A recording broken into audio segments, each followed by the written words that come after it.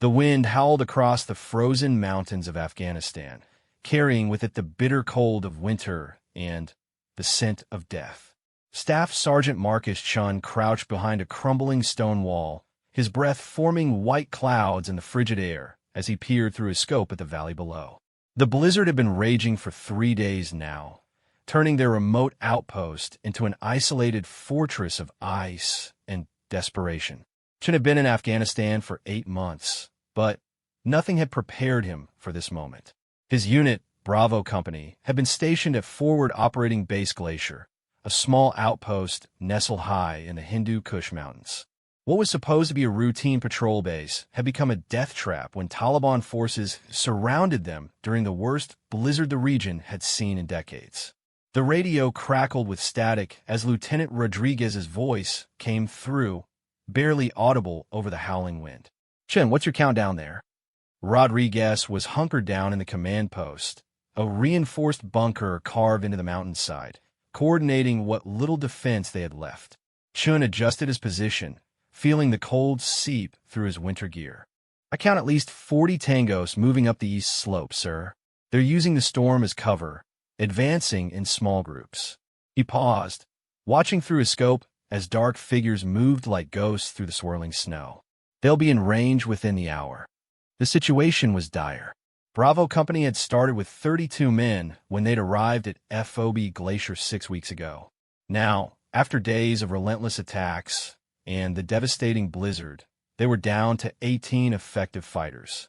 Half of them were wounded, low on ammunition, and completely cut off from any hope of reinforcement or evacuation. Private Johnson crawled up beside Chun, his young face pale with cold and fear. "Sergeant, the LT wants you to know that we're down to our last cases of ammo. Maybe 200 rounds total." Johnson was barely 19, fresh from basic training, and this was his first deployment. The kid had been holding up remarkably well considering the circumstances. Chun nodded grimly. 200 rounds between 18 men, facing an enemy force that seemed to grow larger with each passing hour. The math was simple and terrifying. "Tell the lieutenant I copy." "And Johnson?" The young soldier looked at him expectantly.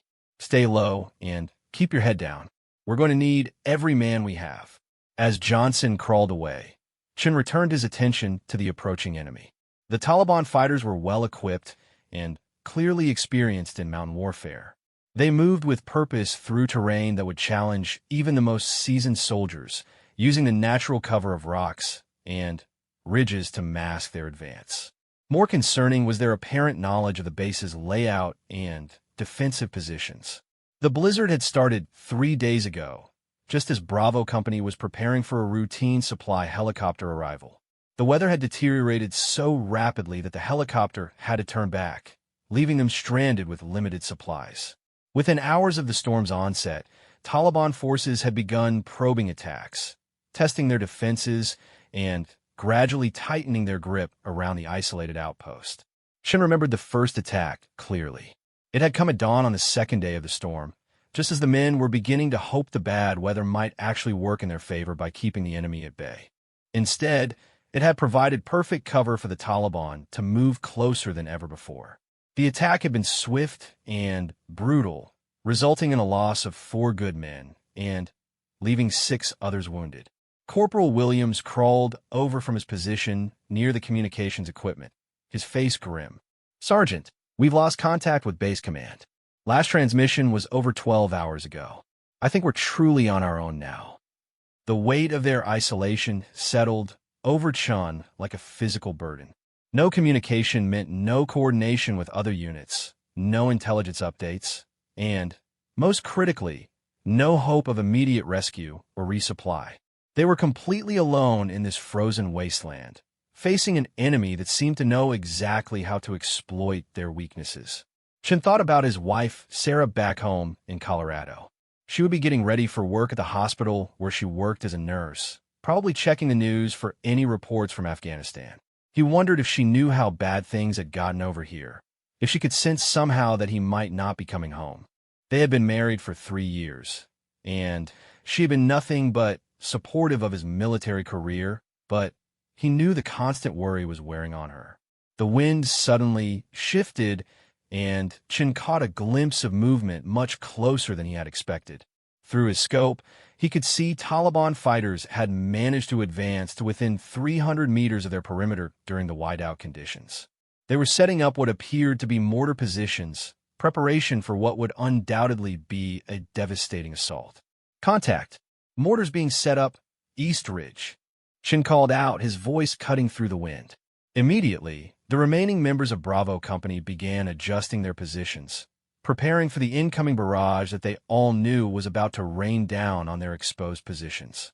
Lieutenant Rodriguez's voice crackled over the radio. All positions prepare for incoming. This is it, people. We hold here, or we don't hold anywhere.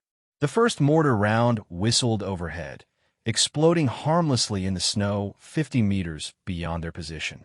The Taliban were ranging their shots, adjusting for the wind and weather conditions. Chin knew the next rounds would be much more accurate. He thought about the mission that had brought them to this godforsaken place.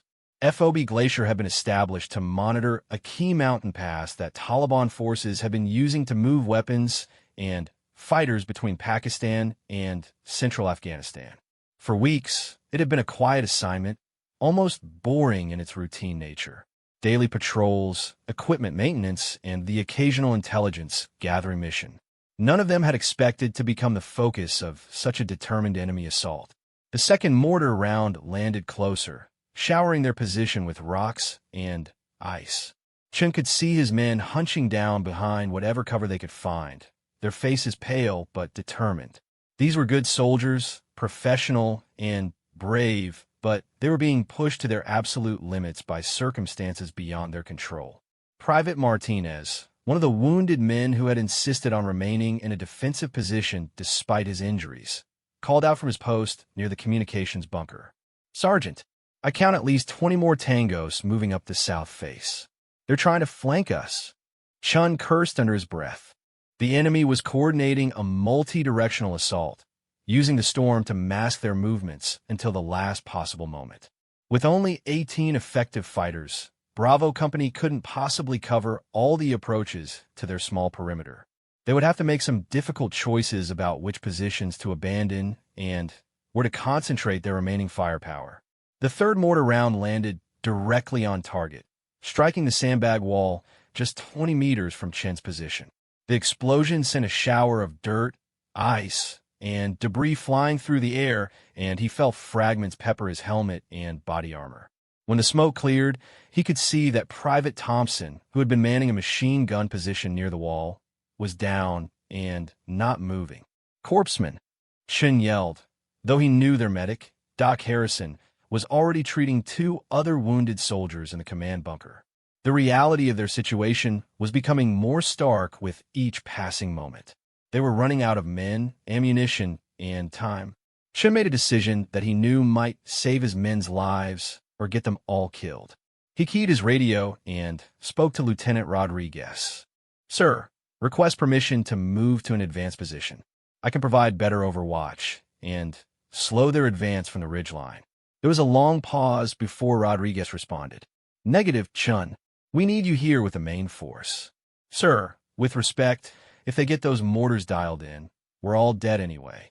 Give me Wilson and Johnson as spotters, and I can buy us some time." Another pause, this one longer. Chun could almost hear the lieutenant weighing their impossible options. Finally, Rodriguez's voice came back over the radio. "Approved. Take Wilson and Johnson. Set up on the North Ridge and make every shot count. You got maybe 30 minutes before they overrun our position." Chin quickly gathered his gear, checking his rifle and ammunition one more time. His M24 sniper rifle had been his constant companion throughout this deployment, and he had maintained it religiously despite the harsh conditions.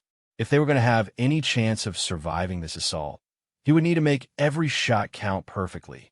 Wilson and Johnson quickly joined him, both men understanding the gravity of their mission without needing explanation. Wilson was an experienced soldier, a veteran of 2 previous deployments who had proven himself reliable under fire. Johnson, despite his youth and inexperience, had shown remarkable courage during the previous attacks, and had volunteered for this dangerous mission without hesitation.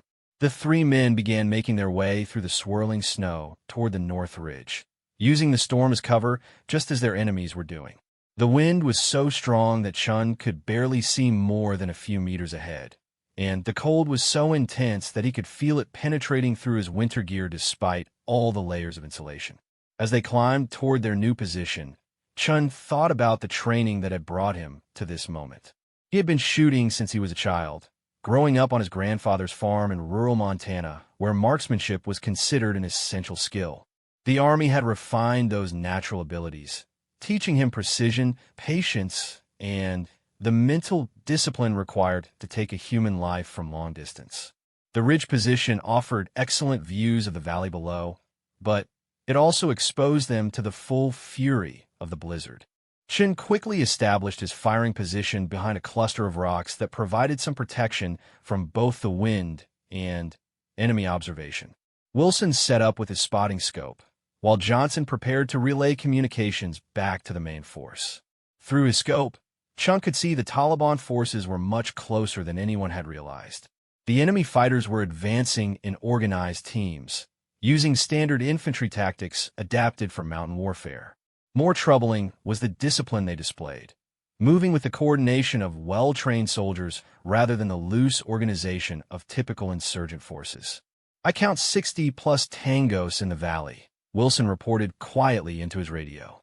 "Multiple weapons teams, at least 2 more mortar positions, and what looks like a command element setting up behind the big boulder formation." Chin adjusted his scope, scanning for high-value targets. The key to disrupting this assault would be eliminating the enemy leadership and weapons teams before they could coordinate their final attack. He identified what appeared to be a Taliban commander directing the placement of forces from a position near the center of their formation. The range was just over 400 meters, not an impossible shot under normal conditions, but the wind and snow made it extremely challenging. Chun had to account for wind speed and direction, the effect of the cold on his ammunition, and the reduced visibility caused by the swirling snow. He took several deep breaths, steadying himself for the shot that might determine the fate of his entire unit. As Chun prepared to fire, he noticed something that made his blood run cold. The Taliban forces weren't just conducting a random assault on their isolated position. They were executing a carefully planned operation, with multiple elements moving in perfect coordination despite the terrible weather conditions. Someone had provided them with detailed intelligence about FOB Glacier's layout, defensive positions, and likely the exact number of defenders remaining. The realization that they might be facing a much more sophisticated enemy than anyone had anticipated added another layer of urgency to his mission. If the Taliban had access to that kind of intelligence, they might also know about the classified equipment and sensitive documents stored in the command bunker. This wasn't just a battle for survival anymore. It was a race to prevent potentially critical intelligence from falling into enemy hands. Chen placed his crosshairs on the Taliban commander and began his breathing sequence, preparing for the shot that would either save his brothers in arms or mark the beginning of the end for Bravo Company. Chun squeezed the trigger slowly, feeling the familiar recoil of his rifle as the bullet cut through the swirling snow. Through his scope, he watched the Taliban commander drop instantly, creating immediate confusion among the enemy forces below. The coordinated advance faltered as fighters turned to locate the source of the shot, their organized formation beginning to dissolve into scattered groups seeking cover. "Good hit," Wilson whispered, already scanning for the next target through his spotting scope. "Second in command is rallying them near the mortar position, 200 meters to your left." Chun smoothly worked the bolt of his rifle, chambering another round while adjusting his aim.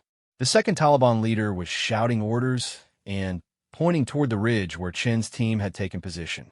The man was clearly experienced, attempting to reorganize his forces despite the loss of their primary commander. Chin knew eliminating this target would be crucial to disrupting the enemy's assault. The wind had intensified, making the shot significantly more challenging. Chun compensated for the crosswind, leading his target slightly as the man moved between covered positions. When the Taliban leader paused to direct a group of fighters toward the mortar tubes, Chun fired again. The second shot found its mark, and the enemy formation began to truly unravel. Without clear leadership, individual Taliban fighters started making their own tactical decisions, some advancing independently while others sought better cover.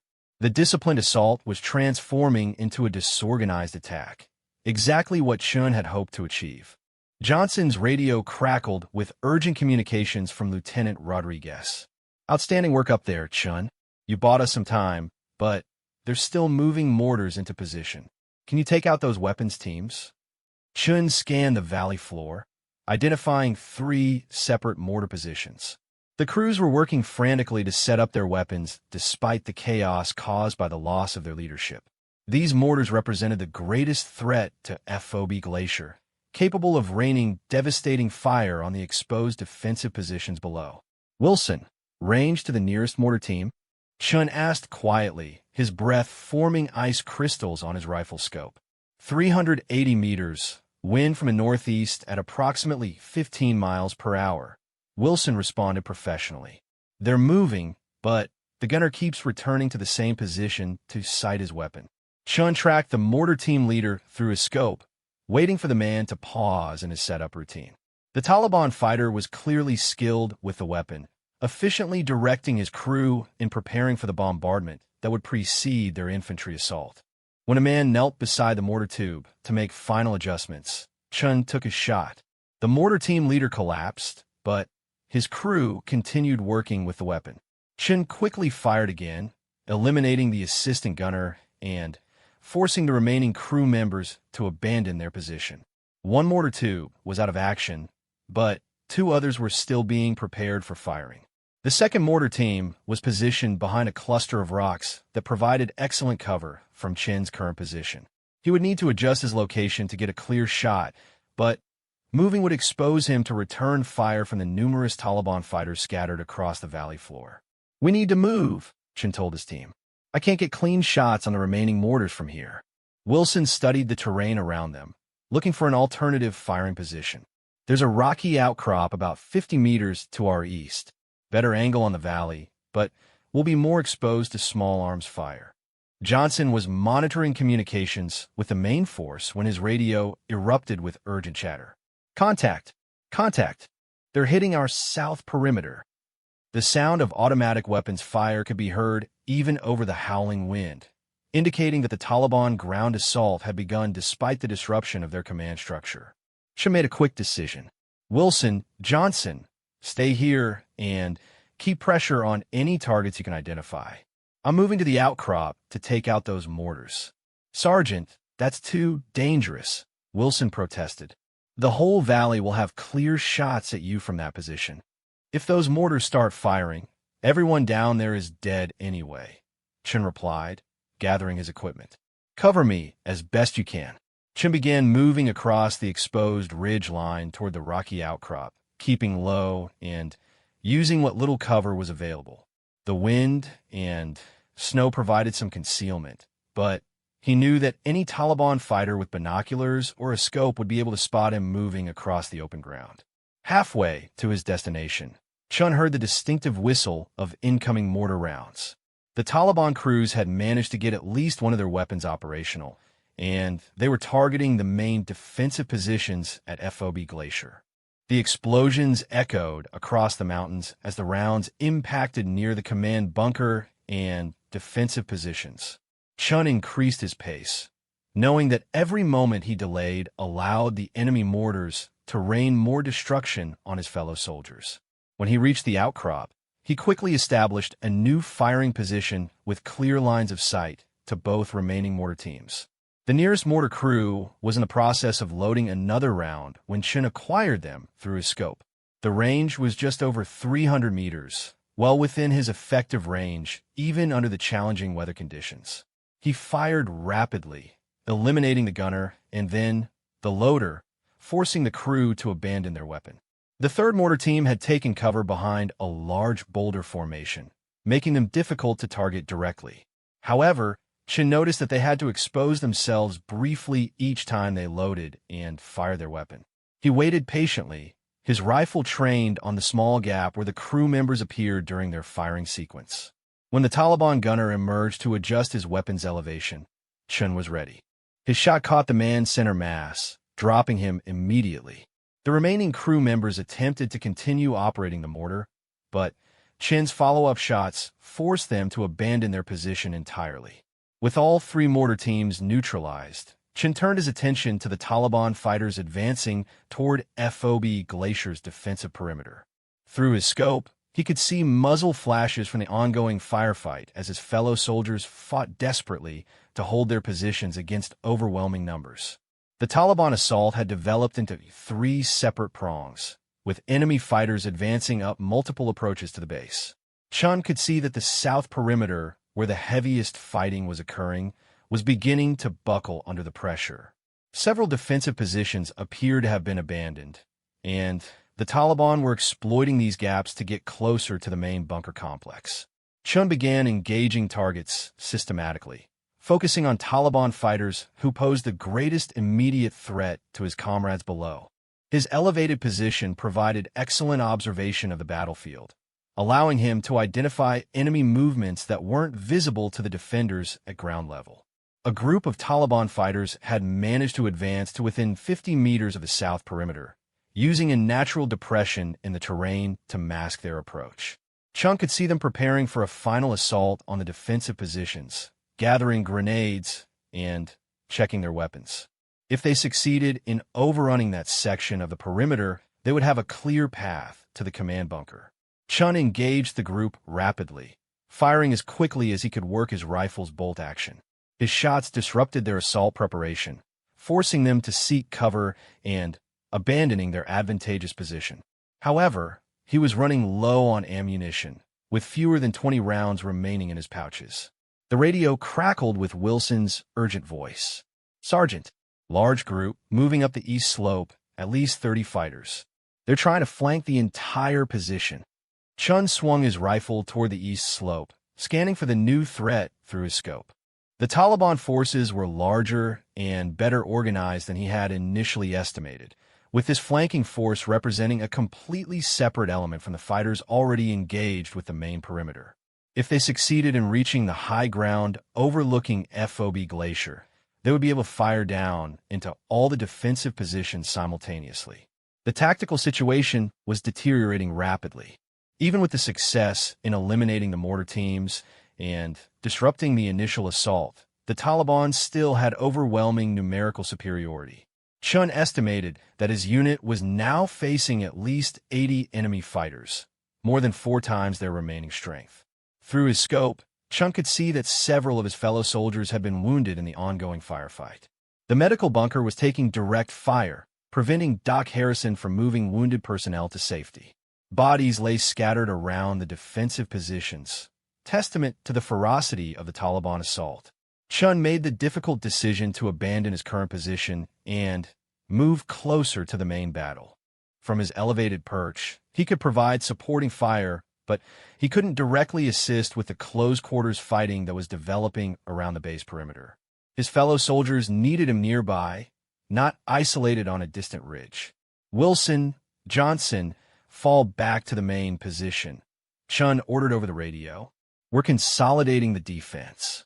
"Roger that, Sergeant. What's your status?" Wilson responded. "I'm moving to support the south perimeter. They're getting hammered down there." Chun began making his way down from the rocky outcrop, moving as quickly as the treacherous terrain would allow. The storm continued to rage, but the wind was beginning to shift direction, occasionally clearing patches of snow and providing better visibility across the battlefield.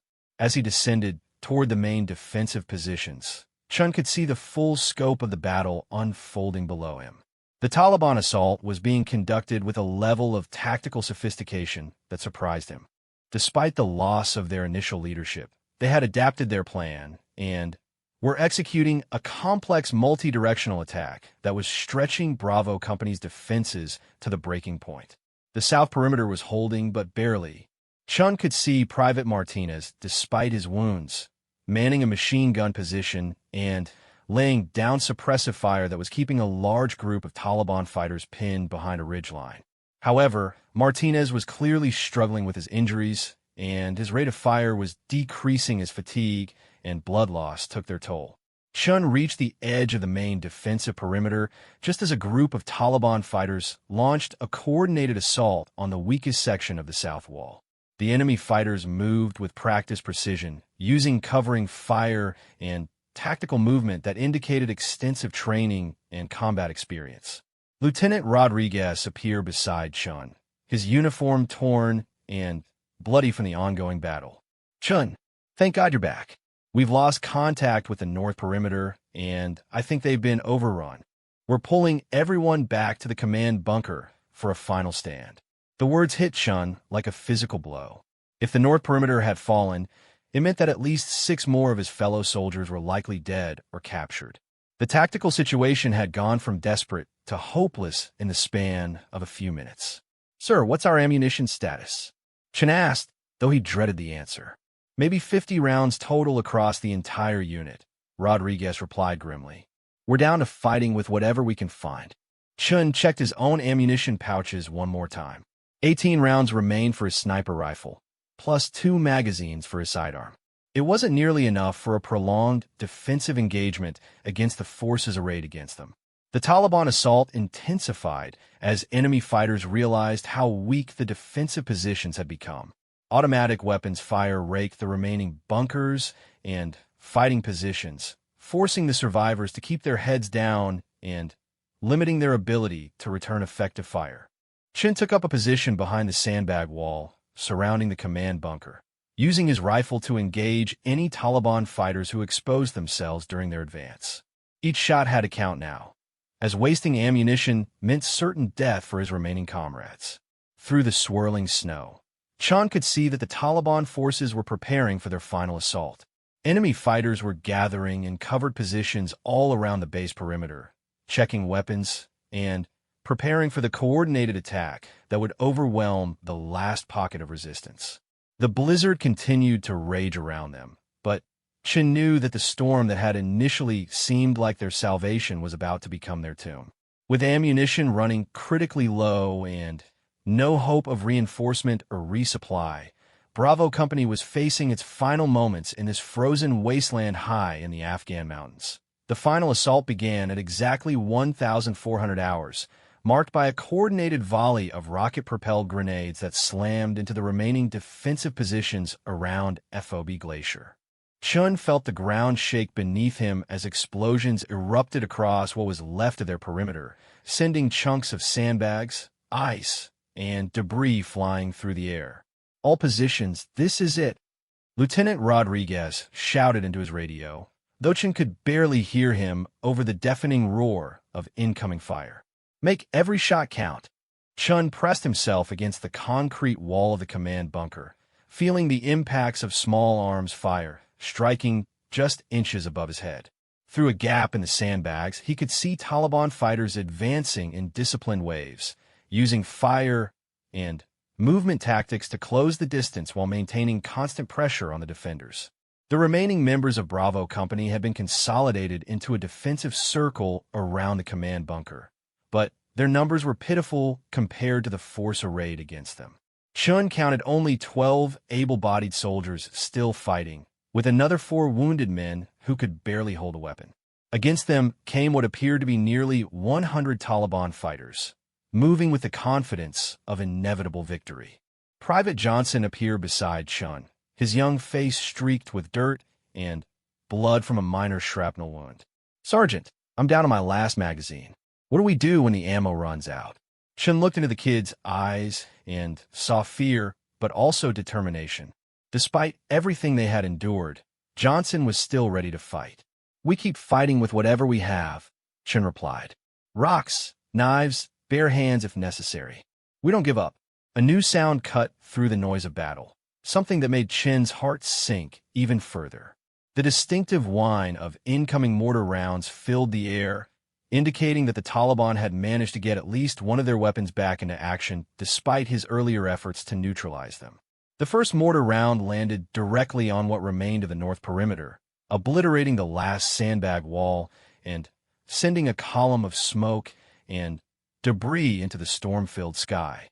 The second round struck near the medical bunker, and Chun could see Doc Harrison dragging wounded soldiers deeper into the underground portions of the base.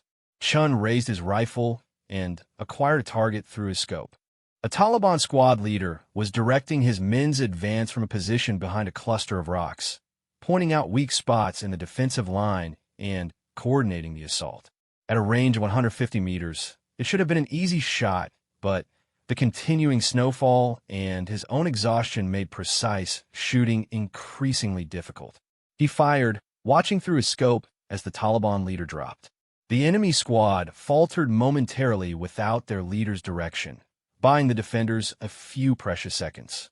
But Chun knew it was only a temporary respite. For every Taliban fighter they eliminated, 2 more seemed to take his place. Corporal Williams crawled over from the communications position, his radio equipment slung over his shoulder. "Sergeant, I've been trying to reach anyone who might be listening. Got a weak signal from a patrol about 20 kilometers south, but they can't reach us in this weather. We're truly on our own."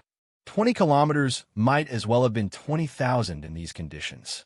No helicopter could fly in this blizzard, and any ground force would take days to fight their way through the mountain passes, assuming they could even locate FOB Glacier in the storm. Chun and his men would have to survive on their own resources, which were nearly exhausted. A RPG round struck the corner of the command bunker, showering Chun with concrete fragments and momentarily stunning him with a concussion. When his vision cleared, he could see that a section of their defensive wall had been completely destroyed, creating a gap that Taliban fighters were already moving to exploit. "Gap in the south wall," Chun shouted, swinging his rifle toward the breach. Several Taliban fighters were attempting to rush through the opening, their AK-47s blazing as they tried to establish a foothold inside the defensive perimeter. Chun fired rapidly, his shots precise despite the chaos around him. The first Taliban fighter fell, then the second, but more coming. Private Martinez, despite his wounds, had dragged his machine gun to cover the breach and was laying down a devastating field of fire that temporarily stopped the enemy advance. But Martinez was clearly at the end of his strength. Blood loss and exhaustion were taking their toll, and Chun could see that the wounded soldier's rate of fire was slowing dramatically. When the machine gun finally fell silent, Chun knew that Martinez had either run out of ammunition or lost consciousness from his injuries. The Taliban fighters recognized the opportunity immediately, renewing their assault on the breach with increased intensity. Chun engaged them with his rifle, but he was down his last few rounds and couldn't maintain the volume of fire necessary to keep them at bay indefinitely. Lieutenant Rodriguez appeared at Chun's side, firing his sidearm at the advancing enemy fighters. "Chun, we need to fall back to the bunker. We can't hold this position any longer." Chun nodded, gathering his equipment for what he knew would be their final retreat. The command bunker was built into the mountainside with thick concrete walls and a single entrance that could be defended by a small force. But once they were trapped inside, there would be no escape. The surviving members of Bravo Company began falling back toward the bunker entrance under covering fire from Chun and Rodriguez. Private Johnson helped Doc Harrison carry one of the more seriously wounded soldiers, while Corporal Williams destroyed the communications equipment to prevent it from falling into enemy hands. As they retreated, Chun took one last look at FOB Glacier. The small outpost that had been their home for 6 weeks was being systematically destroyed by the Taliban assault. Buildings were burning despite the snow. Defensive positions lay in ruins, and the bodies of his fallen comrades were scattered across the frozen ground. The tactical situation inside the bunker was marginally better than outside, but their strategic position remained hopeless. The bunker had been designed as a command post and supply depot, not as a final defensive position. Its single entrance could be defended, but it could also be easily sealed by the enemy, trapping them inside with no means of escape. Chun established a firing position near the entrance while the other survivors took up positions throughout the bunker's main chamber. The space was cramped and filled with equipment, making movement difficult and creating numerous blind spots where enemy fighters could hide if they managed to breach the entrance. "Sound off," Lieutenant Rodriguez called out, taking account of their remaining forces. "Chun, here and operational," Chun replied, checking his ammunition one final time. 3 rounds left for his rifle, plus his sidearm. One by one, the surviving soldiers reported in. 12 men still able to fight, 4 wounded but conscious, and 2 more who were unconscious but alive. 18 total survivors from the 32 who had started this mission, and even that number was likely to decrease rapidly once the Taliban renewed their assault on the bunker. The sound of approaching footsteps echoed from the entrance tunnel, indicating that Taliban fighters were already probing their final defensive position.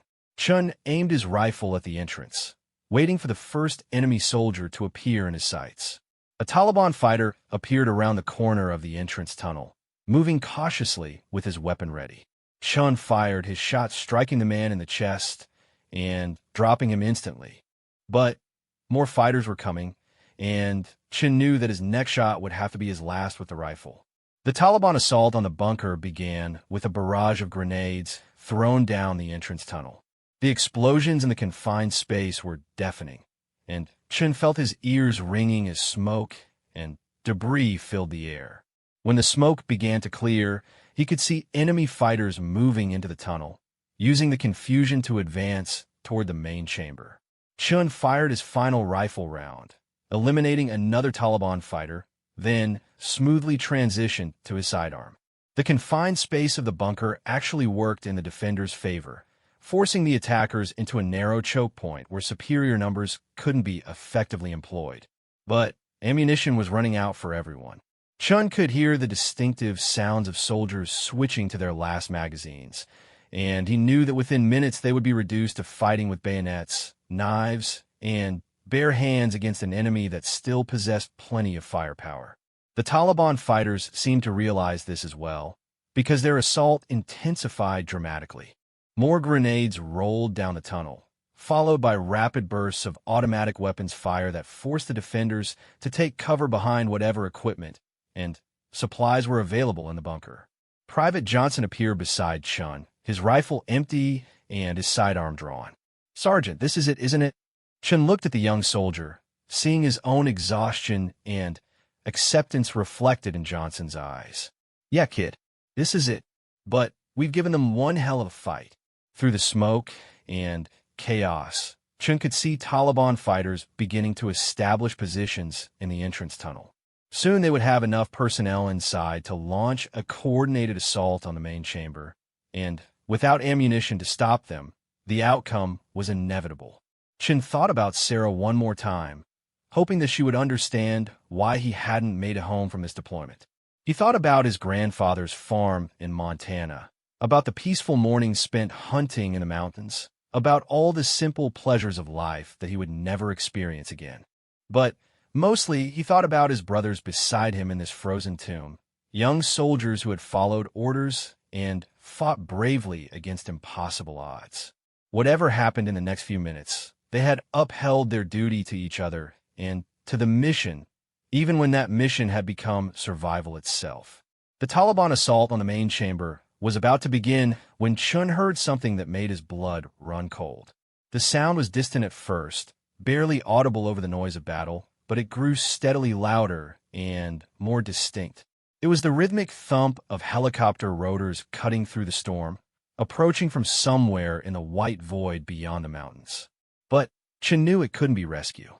No helicopter could fly in these conditions, and even if one could, there was no way for it to find their isolated position in the middle of the blizzard. The sound had to be something else, perhaps his mind playing tricks on him as shock and exhaustion took their toll. The sound grew louder, and Chun realized that other soldiers in the bunker had heard it too.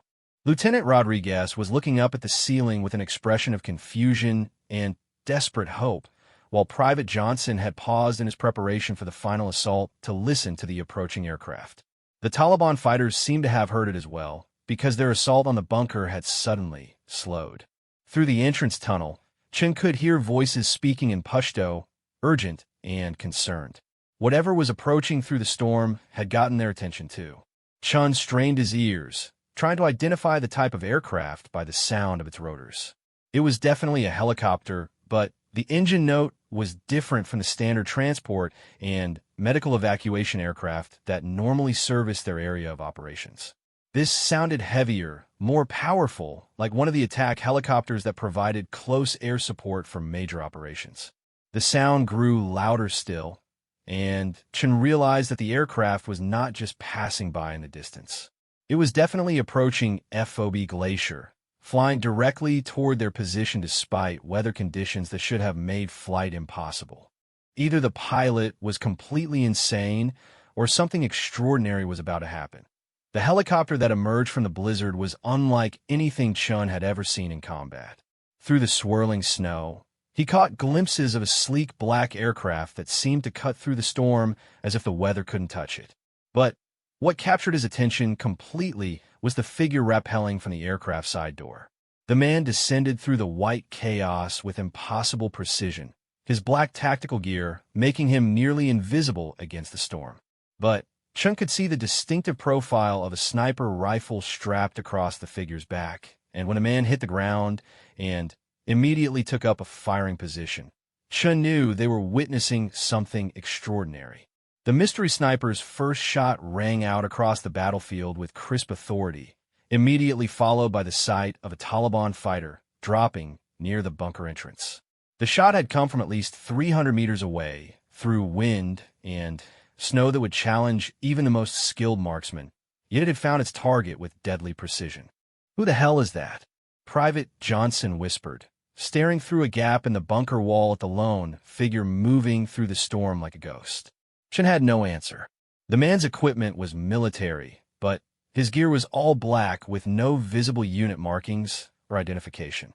More importantly, no standard military unit would attempt an insertion in these weather conditions, and certainly not with a single operator against such overwhelming enemy forces.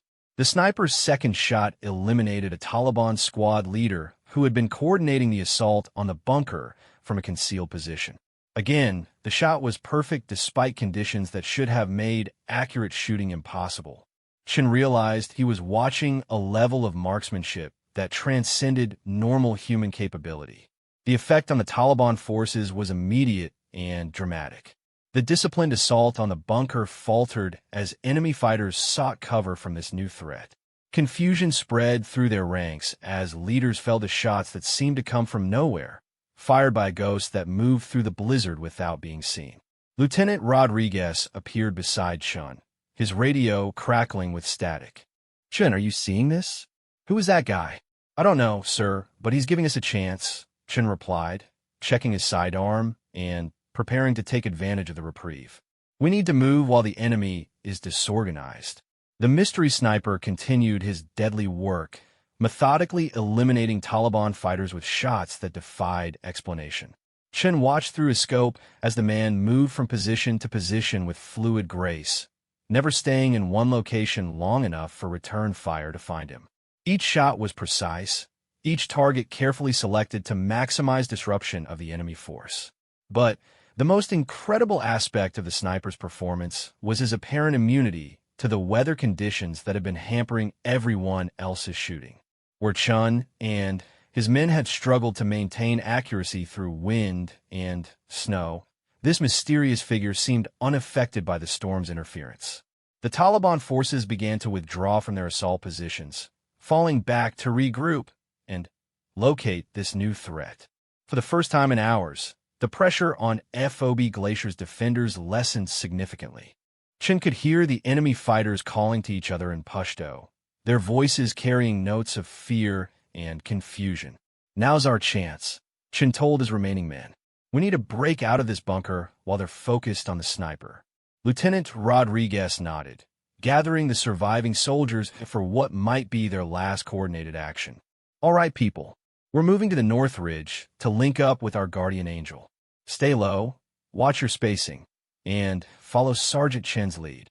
The survivors of Bravo Company began emerging from the bunker in small groups, using the confusion created by the mystery sniper to mask their movement. Chun led the way, his empty rifle replaced by his sidearm as he guided his men through the ruins of their former defensive positions. As they moved, Chun could see the sniper working his way methodically through the Taliban forces. The man's shooting was unlike anything Chun had witnessed in 8 months of combat. Each shot was placed with surgical precision, targeting leaders, weapons specialists, and key personnel who had been directing the assault. The storm continued to rage, but the mysterious sniper seemed to use the weather as an advantage rather than an obstacle. He appeared and disappeared through the swirling snow like a phantom, never presenting a clear target for return fire while maintaining devastating accuracy with his own weapon. Private Johnson, moving beside Chun through the snow, suddenly grabbed his arm and pointed toward the eastern slope. "Sergeant, look at that!" Chun followed Johnson's gaze and saw something that made his blood run cold. A large group of Taliban fighters, at least 40 strong, was moving up the slope in an obvious attempt to flank the mysterious sniper's position. If they succeeded, even this incredible marksman would be overwhelmed by sheer numbers. Chun made a decision that he knew was probably suicidal, but felt compelled to make anyway. "Johnson, Williams, Rodriguez. That sniper saved our lives. We're going to return the favor." Lieutenant Rodriguez looked at Chun as if he had lost his mind. "Chun, we're out of ammunition and barely able to walk. How are we supposed to help?" Chun smiled grimly, pulling a fragmentation grenade from his belt. "We still have these, and we know this terrain better than they do. We're going to give our guardian angel some covering fire." The surviving members of Bravo Company spread out across the slope, using their knowledge of FOB Glacier's defensive positions to set up an ambush for the flanking Taliban force. They had maybe a dozen grenades total between all of them, plus whatever ammunition remained in their sidearms. It wasn't much, but it might be enough to disrupt the enemy's attempt to surround the mysterious sniper. Chun positioned himself behind a cluster of rocks that provided good observation of the approaching Taliban fighters. Through the snow, he could see them advancing in a loose formation, confident that they were about to trap their elusive target between two forces. The Taliban fighters were within 20 meters of Chen's position when he pulled the pin on his grenade and counted off the seconds. When he threw it, the other survivors followed suit, raining explosives down on the surprised enemy force. The coordinated barrage created chaos among the Taliban ranks, killing several fighters and scattering the rest. The mysterious sniper took immediate advantage of the disruption, his rifle speaking with deadly authority as he engaged the scattered Taliban fighters. Chun watched in amazement as the man moved through the enemy formation like a force of nature, eliminating targets with shots that seemed impossible under the conditions. But the effort had cost Bravo Company dearly. Private Johnson had taken a round through the shoulder during the grenade exchange, and Corporal Williams was down with what appeared to be a serious leg wound. Their ammunition was completely exhausted now, leaving them defenseless if any Taliban fighters managed to regroup for a counterattack. Chun looked around at his surviving men, seeing exhaustion and resignation in their faces. They had given everything they had, but their resources were finally depleted. Whatever happened next would depend entirely on their mysterious benefactor and his seemingly supernatural abilities. The sniper appeared through the snow like an apparition, moving toward their position with the same fluid grace Chun had observed throughout the engagement. Up close, the man was even more imposing than he had appeared at distance. His gear was professional grade, but unmarked, and his face was completely concealed behind tactical goggles and a balaclava. "Who are you?" Lieutenant Rodriguez asked as the sniper approached their position. The man didn't answer immediately, instead scanning the battlefield through his scope to ensure no remaining threats were present. When he finally spoke, his voice was calm and professional, with an accent that Shin couldn't quite identify. "Call me Ghost," the sniper said simply. "I've been tracking this Taliban cell for 3 weeks. They've been responsible for attacks on 5 different outposts in this region." Chun studied the man's equipment more closely, noticing details that suggested capabilities far beyond normal military standards. His rifle was a custom weapon that Chun didn't recognize, equipped with advanced optics and modifications that spoke of unlimited resources and cutting-edge technology. "How did you know we were here?" Chun asked. "And how did you manage to fly in this storm?" Ghost gestured toward the black helicopter that was now circling the battlefield, apparently preparing for extraction. Advanced navigation systems, and a pilot who doesn't believe in impossible. As for finding you, we've been monitoring Taliban communications. When they concentrated this many fighters in one location, we knew they had found something important. The extraction was swift and professional. The mysterious helicopter landed just long enough for the survivors of Bravo Company to board, then lifted off into the storm as if the weather posed no challenge to its advanced systems. Chen found himself seated across from Ghost, who was calmly cleaning his rifle as if the engagement had been routine. The Taliban cell that attacked your position won't be operational again, Ghost said matter-of-factly. Most of their leadership has been eliminated, and the survivors will be too disorganized to mount coordinated attacks for several months. Chen looked out the helicopter's window at the receding battlefield below. FOB Glacier was barely visible through the storm, its ruined structures already being covered by fresh snowfall. In a few hours, it would look as if the outpost had never existed. What about the intelligence they were after? Lieutenant Rodriguez asked. They seemed to know exactly where to hit us and how many men we had.